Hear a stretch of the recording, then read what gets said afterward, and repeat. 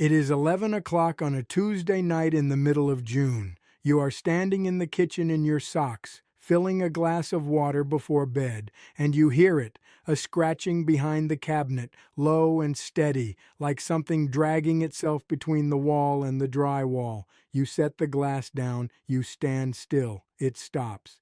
And then in the morning, you open the drawer where the dish towels go, and there they are. Small, dark droppings, a dozen of them, right next to the cloth you dried your hands on last night.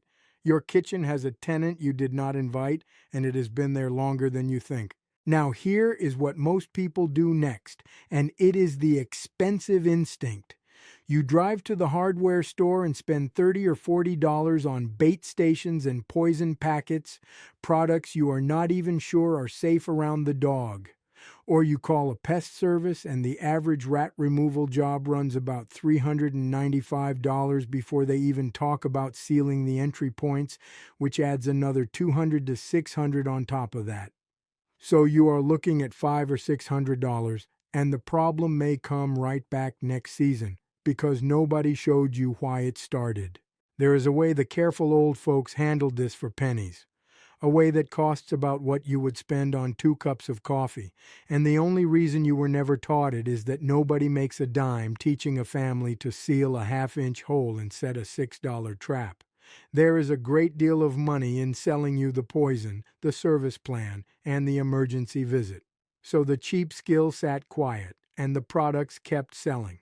By the end of this video, you will know exactly how to set up a complete rat control system for about $38 door, materials you can buy this afternoon, and you will understand the plain reason it works, so you never waste money chasing the next internet recipe again.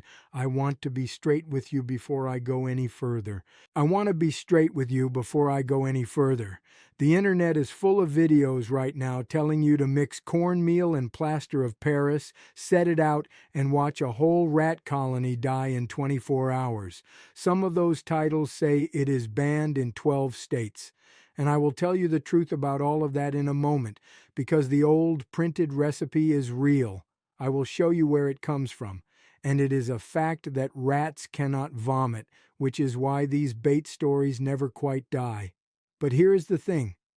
The agencies whose only job is to tell you how to get rid of rats, the CDC, the university extension offices, the integrated pest management programs, not one of them recommends a homemade plaster of Paris bait as the way to do it. Not one.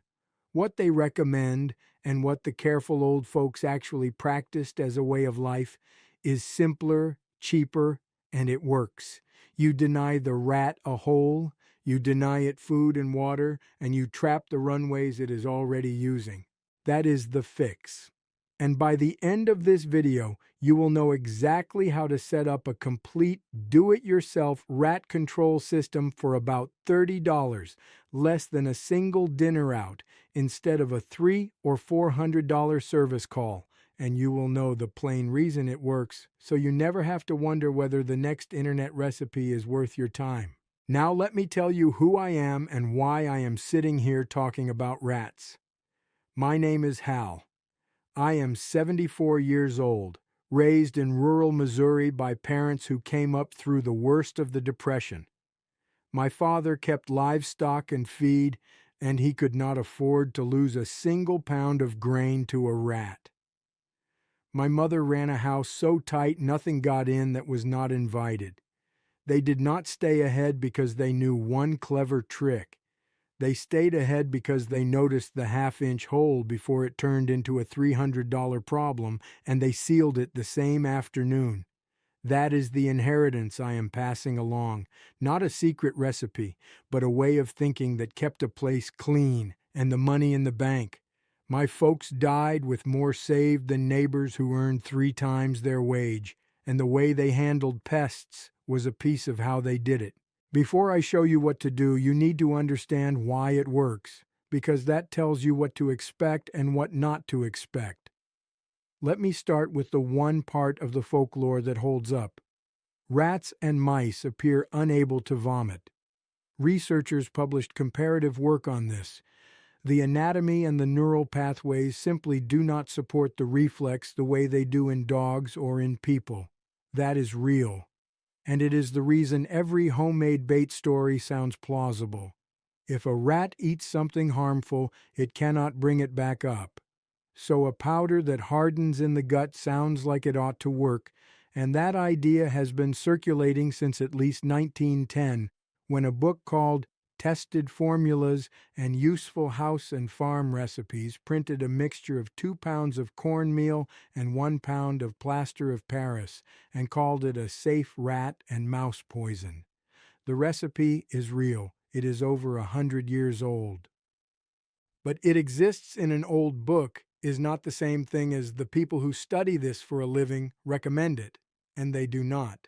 The CDC, the University of California Pest Management Program, and every extension office I can find all point to the same three-part answer: seal the access, remove the food and water, and trap the active runways. That is what works at scale, and that is what costs the least.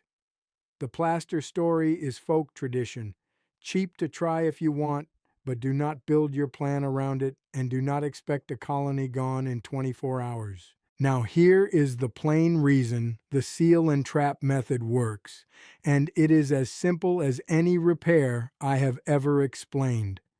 A rat stays in your house because three things line up at the same time: a hole big enough to get through, a source of water, and calories. Break any one of those and the place starts failing as a home for that animal. Break all three, and it has no reason to be there, and a trap waiting on the path it was already using. The CDC says it plainly: the best prevention is to remove food, water, and shelter. A rat can squeeze through a gap as small as half an inch. Tennessee Extension measured that, and a mouse needs only a quarter inch. So when I say seal the house, I do not mean the obvious holes. I mean every penetration you would never think to check: the pipe under the kitchen sink, the line behind the water heater, the dryer vent, the spot where the cable comes through the foundation. Those are the doors. Close them, and you have done more in an afternoon than a year of bait ever did. If this kind of plain, old-fashioned teaching is useful to you, the kind that keeps real money in your pocket instead of sending it out the door, hit subscribe. I put one of these out regularly, each one a different expense the old folks handled for pennies. That is all I will say about it. Let me get back to work. Here is the fix, step by step, and I will put a dollar amount on every piece of it. Write this down. You need 4 things to start: a 4-pack of Victor Easy Set rat traps, about $8.54 at current retail; a package of steel wool gap filler, about $9.79; a tube of silicone caulk, about $9.84; and a pair of reusable rubber gloves, about $1.97. That is your basic kit, $30.14. If you need cleanup supplies, add a bottle of bleach at about $8.24. That puts you at $38.38 all in. Put that number on the pad. We will come back to it. Step 1. Confirm you have active traffic before you spend a dime on extra traps. Look for fresh droppings, dark, moist pellets, gnaw marks on wood or plastic, greasy rub marks along baseboards, or sounds in the walls at night. The CDC lists these as the first signs. If you clean the droppings safely and they come back the next day, the infestation is active. Do not fight what you have not mapped. Know where they are moving before you set a single trap. Step 2.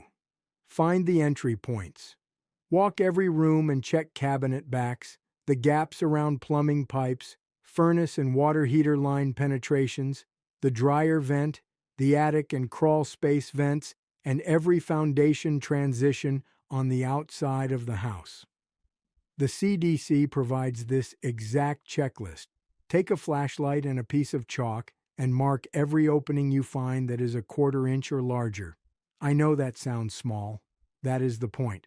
The old folks knew that a hole you can fit a pencil through is a hole a mouse can use, and anything you can fit your thumb into is a door for a rat. Step 3. Seal the small holes the right way, because most people get this wrong. Pack steel wool tight into the gap first. Rats can chew through spray foam in a night, but steel wool fights back. Then lock the steel wool in place with your silicone caulk so it cannot be pushed out. For larger openings, anything bigger than your fist, you need metal flashing, hardware cloth, or cement. The CDC is specific about this. The fill material has to resist gnawing, or you are just giving them a temporary inconvenience. The steel wool and caulk in your $30 kit handle most household-sized gaps. If you have a bigger problem, a rotted soffit, a broken foundation vent that may need a separate repair, and I will be honest about that in a minute. Step 4. Cut off the easy food and water. Store grain, pet food, cereal, and anything in a paper or thin plastic bag inside a thick plastic, metal, or glass container with a tight lid. The CDC says this explicitly. A basic lidded storage tote runs about $6 for a small one and about $10.64 for a larger clear bin. Clean spills the same day. Do not leave pet bowls out overnight. That is an invitation, plainly. Keep garbage in a can with a tight lid. Poison without sanitation is just feeding one population while breeding the next one, and the extension offices will tell you the same thing. Step 5. Trap the runway, not the middle of the room. This is where most people waste their effort. The University of California Pest Management Program says to place snap traps close to the wall, behind objects, and in dark corners where you found droppings or rub marks. For Norway rats, the big common ones, set the trap along the wall with the trigger end nearly touching it. For roof rats, you go high, ledges, pipes, rafters. One trap sitting in the middle of an open floor is not a strategy. It is wishful thinking. Place them where you know the animal travels and check them every morning. Step 6, and this one matters more than people think. Cleanup is part of control. The CDC says do not vacuum or sweep rodent droppings, urine, or nesting material. The dust can carry disease. Instead, ventilate the area, put on your gloves, and soak the contaminated material with a bleach solution. 1.5 cups of bleach per 1 gallon of water. Let it sit 5 minutes. Then wipe it up with paper towels and bag everything for the trash. The danger is not only the rat, it is the mess the rat left behind, and that mess can make you sick if you handle it wrong. Now let me say something plain about the homemade bait recipes, because there is a lot of bad advice on this one. Setting aside whether Plaster of Paris actually kills a whole colony and official guidance says do not count on it, there is a legal problem most of these videos never mention.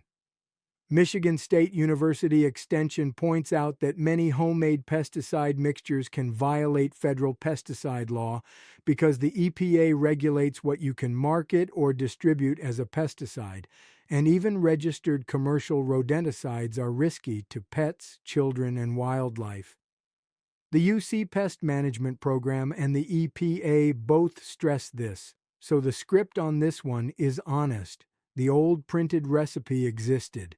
That does not make it the wise thing to hand folks as a how-to in 2026. The seal and trap system is what the science supports. It is what the old careful habits were really built around, and it costs about the same as a couple of fast food meals. Now, the heritage of this is worth telling honestly, because the real history is better than the inflated version. There is at least one documented early 20th century printed formula.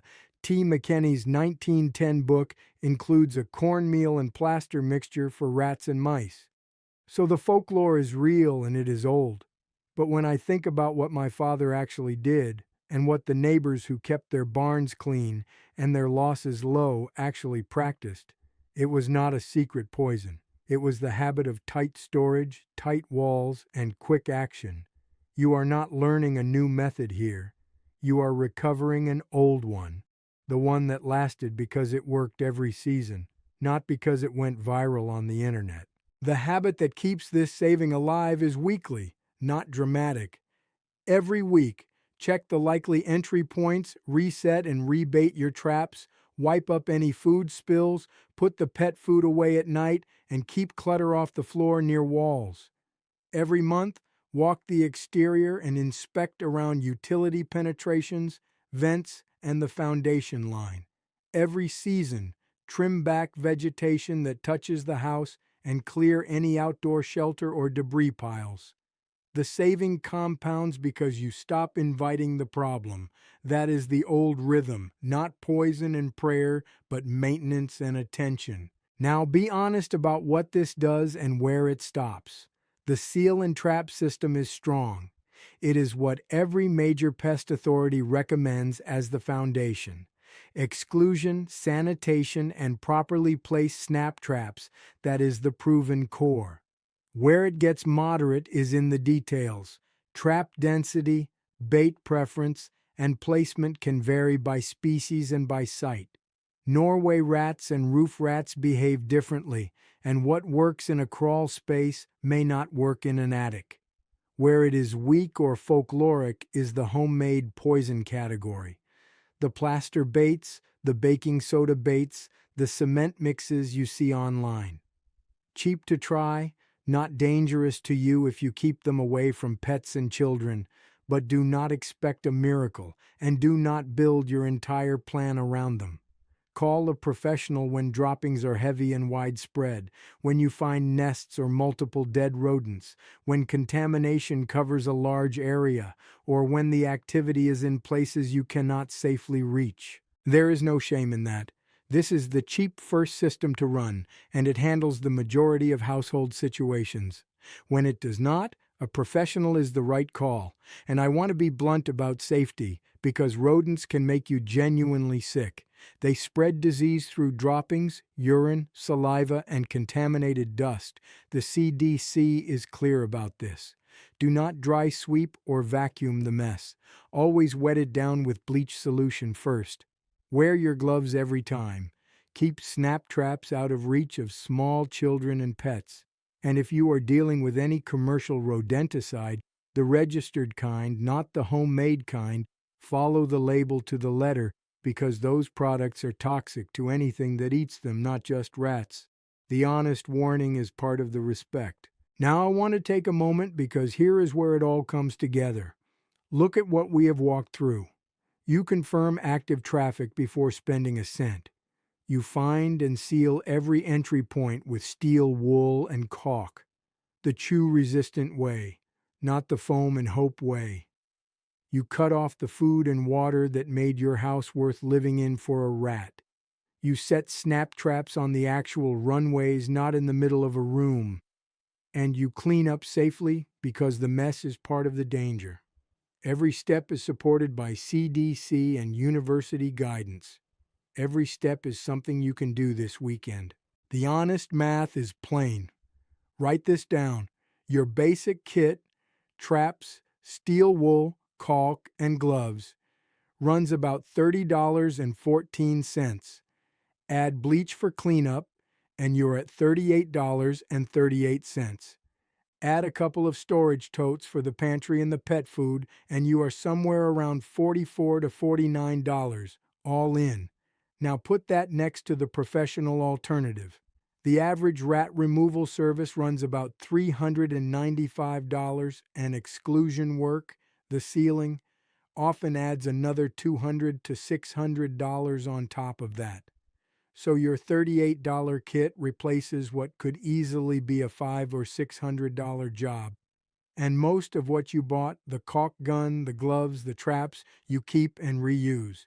The bigger value is what you no longer pay for, the emergency call, the repeat visit, the panic purchase at the hardware store at 10 o'clock at night. Here is the plain economics of why you were never taught this. There is no money in teaching a family to seal a half-inch gap and reset a $6 trap. There is a great deal of money in selling poison, repeat service visits, and the panic that follows the first scratching noise in a wall. This is not a conspiracy. It is plainer than that. A family that learns to seal a gap, Store food tight and set a trap right buys a whole lot less. Nobody gets rich teaching that. So the old skill faded and the products stayed. The public guidance itself, the CDC, the extension offices, the university programs still points to prevention and trapping as the foundation. But the higher dollar world is built around recurring service and specialty products. The economics are ordinary. The lost knowledge is ordinary too. You can be the one who never paid. This was never really about a secret poison recipe. It was about whether your house depends on repeat purchases or on remembered skill. The old folks did not stay ahead because they knew one weird trick. They stayed ahead because they noticed a half-inch hole before it turned into a $300 problem, and they closed it the same day with materials that cost less than a cup of coffee. The CDC and the extension offices say the same thing in modern language. The careful way is still the cheap way. Here is what I want you to do tonight. Check your kitchen drawers, the cabinet backs, and the utility penetrations in every room. If you find fresh droppings, clean them safely, gloves, bleach solution, paper towels, and set your first traps along the wall where you found the signs. This week, seal every visible gap a 1/4 inch or larger with steel wool and caulk. Move your pantry staples and pet food into tight containers.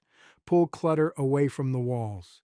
This month, inspect the attic, the crawl space, any outbuildings, the vents, and the full foundation line outside. Replace the weak storage habits with tight ones. This season, trim back any vegetation touching the house. Watch exterior gaps after every hard rain, and treat rodent control the way the old folks treated it, as regular maintenance, not as an emergency. The $38 you spent this week is the last money you spend on this problem for a long time.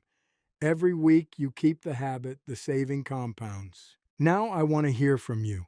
What part of your place tells on rats first? The pantry, the garage, the attic, or a feed room?